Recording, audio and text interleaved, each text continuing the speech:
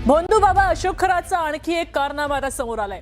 खराच्या संपर्कात ठाण्यातल्या एक मोठ्या वादग्रस्त अधिकारी होता हे कळतंय।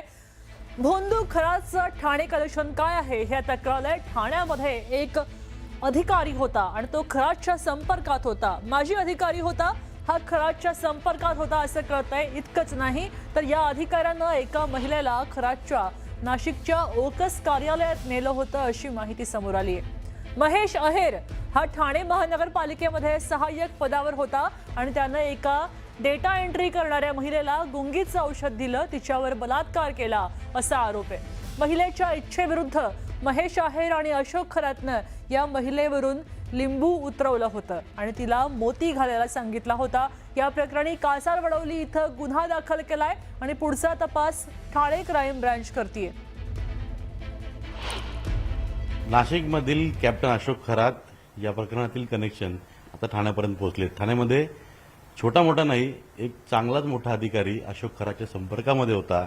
एवढंच नाही तर एका महिलेला या अधिकाऱ्याने कॅप्टन अशोक खरातकडे नेलं होतं आणि तिकडे देखील जादूटोणा केला होता आणि या अधिकाऱ्यावरती आता गुन्हा दाखल झाला। आपल्यासोबत अमरसिंह जाधव साहेब आहेत, ठाणे पोलीस आयुक्तालयामधील गुन्हे विभागाचे ते पोलीस उपायुक्त आहेत।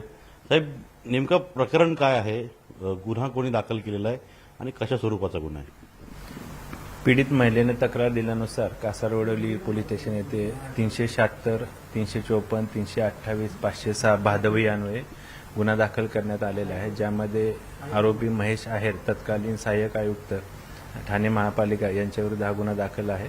सन 2020 ते 23 दरम्यान पीडित महिलेच्या इच्छेविरुद्ध त्यांनी शारीरिक संबंध केले, त्याचबरोबर शारीरिक संबंधाचा व्हिडिओ व्हायरल करून जीवेठार मारण्याची धमकी दिली, त्याचबरोबर काही गुंगीकारक औषधांचं देखील त्याला प्राशन करायला लावलं आणि त्याचबरोबर पीडित महिलेच्या तक्रारीनुसार आरोपी महेश आहेर यांनी नाशिक येथील अशोक खरात यांच्या कार्यालयामध्ये पीडितेला घेऊन गेला, त्या ठिकाणी काही लिंबू उतरवणे, त्याचबरोबर तिला काही खडा घालण्यास देणे असा काही प्रकार केल्याचा तक्रारीमध्ये उल्लेख आहे। त्या अनुषंगाने आम्ही अधिक तपास करत आहोत। तर नाशिकमध्ये कॅप्टन खरात याचे जे कारनामे समोर आलेले आहेत, ज्या पद्धतीनं अनेक जीबीचे व्हिडिओ किंवा अनेक महिलांना आमिष दाखवून किंवा त्यांच्यावरती काहीतरी प्रयोग करून त्यांचा लैंगिक अत्याचार करण्यात आलेले आहेत, हे प्रकरण आता या प्रकरणात देखील अशोक खरातचं नाव आलेलं आहे। त्यामुळे या प्रकरणात आणखीन महिला होऊ शकतात।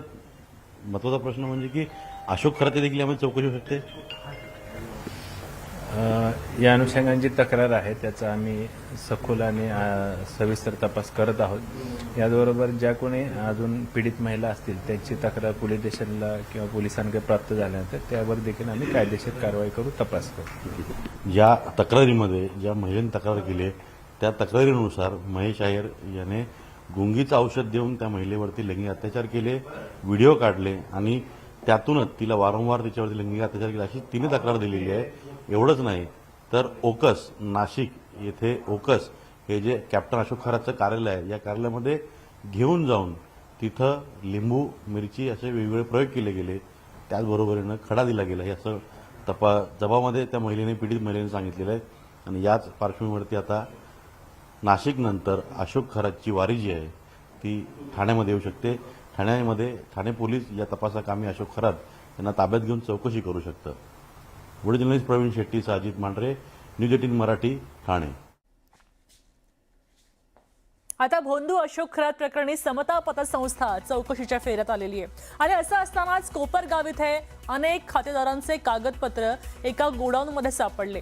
भोंदूनं उघडलेल्या बनावट खात्यांमध्ये सध्या समता पतसंस्थेची ईडी आणि पोलीस चौकशी सुरू आहे।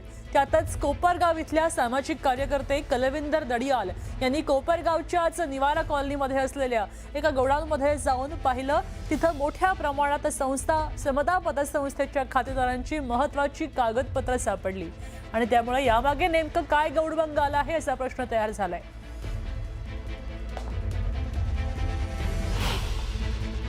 खरात याच्या प्रकरणामध्ये समता पतसंस्था केंद्रस्थानी आली आणि याच्यामध्ये या खरातनं कोट्यावधीचे व्यवहार केलेले आहेत आणि खरं तर पोलिसांचा तपास सुरू आहे। याच दरम्यान एक कोपरगावातील जे नागरिक आहे याने ही जी सोसायटी आहे या सोसायटीमध्ये असलेल्या ओपन स्पेसमध्ये हे जे कोयटेंचं नाव दिलेलं आहे ते आपण बघू शकतो की दादाप्पा खंडप्पा कोयटे विद्यालय। खरं तर हे ओपन स्पेसमध्ये बांधलेल्या एका गाळ्यामध्ये अनेक पेपर्स ठेवले गेले ज्यामध्ये समता पतसंस्थेमध्ये असलेल्या कर्जदारांची किंवा इतर जी सगळी कागदपत्र आहे ती सगळी मिळून आलेली आहेत आणि तिथे ही का साठवली गेली, याच्या मागे काय नेमका गौडबंगाल आहे, हा खरा प्रश्न आहे. ज्यांनी हा सगळा प्रकार समोर आणला ते कलविंदर आपल्या सोबत आहेत, की ज्यांनी हा सगळा प्रकार समोर आणला. तुम्ही काल या ठिकाणी गेला होतात आणि आतमध्ये बघितलं देखील, काय चित्र होतं आतमध्ये, काय काय बघायला मिळालं? हे बघा, काल म्हणजे मी एक दुपारच्या टायमाला जो आहे शटर हे दिसतोय हे थोडं उघडं होतं. उघडून मी मध्ये गेलो. मध्ये गेल्यानंतर मागे एक खोली आहे. ह्याही स्टेजच्या पाठीमागे हे जे समोर दिसतो आहे विद्यालय, त्याच्या पाठीमागे एक खोली आहे. त्या खोलीमध्ये हे मला म्हणजे मी ते बघत असताना समता पतसंस्थेशी संबंधित असलेले बरेच काही कागदपत्र जे ढिगाचे ढिगं लावलेले होते. त्या ढिगामध्ये काही कर्जदारांचे असतील, काही लोकांचे Aadhaar card, PAN card, stamp paper असतील, असे बरेच आक्षेप आहे. आम्हाला ती शंका वाटली की आत्ता जे कॅप्टन भोंदू खरात बाबाचं प्रकरण चालू आहे त्या प्रकरणाच्या संबंधित किंवा जी 100 बनावट खाती उघडली गेली आहे राहत्या शिडीशी, त्याच्याशी संबंधित हे कागदपत्र तर असू शकत नाही, ही शंका आम्ही व्यक्त केली व याची चौकशी करावी. तसंच आमच्या भागात म्हणजे राहायला जे संस्थापक आहे ते आमच्याच भागात आहे व त्यांचे एक वसुली एजंट म्हणजे जे वसुली अधिकारी आहे तेही आमच्या भागातील नगरसेवक आहे. तेही इथे कायम त्यांची ये जा असती. याच्या पाठीमागे जी खोली आहे त्याला एक दरवाजा आहे. ते बऱ्याच म्हणजे कागदपत्रांची इथले स्थानिक रहिवासी सांगत असतात की बऱ्याच इथे काहीतरी रात्रीतून रिक्षा आहे ती कागदपत्र टाकले जातात, घेऊन गेले जातात. हा नेमका गौडबंगाल काय हे आम्हालाही म्हणजे काहीतरी मनात शंका आहे. याची सखोल चौकशी सरकारने करावी याची आम्ही विनंती केलेली आहे. काकांचा इतिहास हा फार जुना आहे. मला जिथपर्यंत माहिती आहे की एक शिवाजी रोडला किराणा दुकानापासून तर आजपर्यंतचा हा मोठा इतिहास आहे. म्हणजे आज करोडोंचे अरबोंची मालमत्ता त्यांची म्हणजे असल, ती किती असेल त्याची मला कल्पना नाही, पण करोडो अरबोची मालमत्ता त्यांच्याकडे नक्की असेल. आणि त्यांचा हा प्रवास सगळ्या कोपरगावकरांनी बघितलेला आहे. कुठून तो कुठपर्यंतचा प्रवास, त्यांच्याकडे काय होतं आणि आज काय नाही आहे, या सगळ्या गोष्टींचे प्रकार कोपरगावच्या जनतेला माहीत आहे. नक्कीच आपण बघितलं तर जे समता पतसंस्थेचे संस्थापक आहे काका कोयटे, हे खरं तर एक साधे किराणा दुकानदार होते आणि आज जर बघितलं तर त्यांची कोट्यवधीची मालमत्ता तयार झालेली आहे. आता या अशोक खरातच्या प्रकरणामध्ये समता पतसंस्थेमध्ये जी कोट्यवधीचे व्यवहार झाले त्याच्यामध्ये नेमका काय गैरव्यवहार आहे, या कोयटेंना त्याच्यातून काही आर्थिक फायदा झालाय का, इतर देखील प्रकरणांमध्ये देखील काही गैरव्यवहार आहे का, आणि ही कागदपत्र नेमकी कसली आहेत. एकीकडे ईडीची चौकशी सुरू आहे, त्यामुळे धास्तावलेल्या या समता पतसंस्थेच्या लोकांनी ही सगळी कागदपत्र पळवली का, याची देखील चौकशी होणं गरजेचं आहे. हरीश दिमोटे, न्यूज 18 मराठी, कोपरगाव, अहिल्यानगर. दरम्यान याचवेळी बारामतीमध्ये सुनेत्रा पवारांच्या प्रचाराची सांगता सभा झाली आणि यावरून सुनेत्रा पवार आणि मुख्यमंत्री देवेंद्र फडणवीस भाऊक झाल्याचं पाहायला मिळालं. माझं दुःख मोठं आहे, माझं सर्वस्व हरपलं, लाखोंचा पोशिंदा गेला आणि जनतेसाठी मी उभी आहे, असं सुनेत्रा पवार म्हणाल्या. तर मुख्यमंत्री देवेंद्र फडणवीसांनी सुद्धा दादांच्या आठवणींना उजाळा दिला आहे.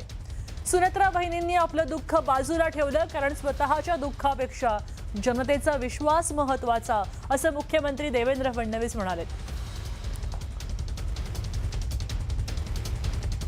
खरं सांगायचं तर माझं दुःख मोठं आहे, माझं तर सर्वस्व हरपलंय, पण लाखोंचा पोशिंदा गमावलेल्या आणि आशेने माझ्याकडे पाहणाऱ्या या पोरक्या जनतेकडे पाहिल्यानंतर दादांचं स्वप्न, त्यांच्या कर्तव्याची जाणीव आणि त्यांच्या पश्चात माझ्यावर आलेली जबाबदारी, या साऱ्यांच्या बळावर हे शिवधनुष्य उचलून तुमच्या सर्वांच्या आधारानं मी पुढे चालत राहण्याचा निर्धार केलेला आहे.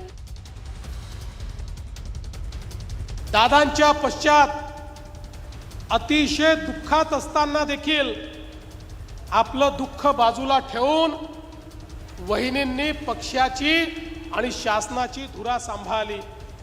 हे कठीण काम होतं, पण आपल्या समोर जे आदर्श आहेत त्या आदर्शांनी आपल्याला हे शिकवलं आहे की स्वतःचं दुःख महत्त्वाचं नसतं, तर जनतेचा विश्वास हा अधिक महत्त्वाचा असतो. जनतेच्या प्रती आपलं कर्तव्य हे अधिक महत्त्वाचं असतं.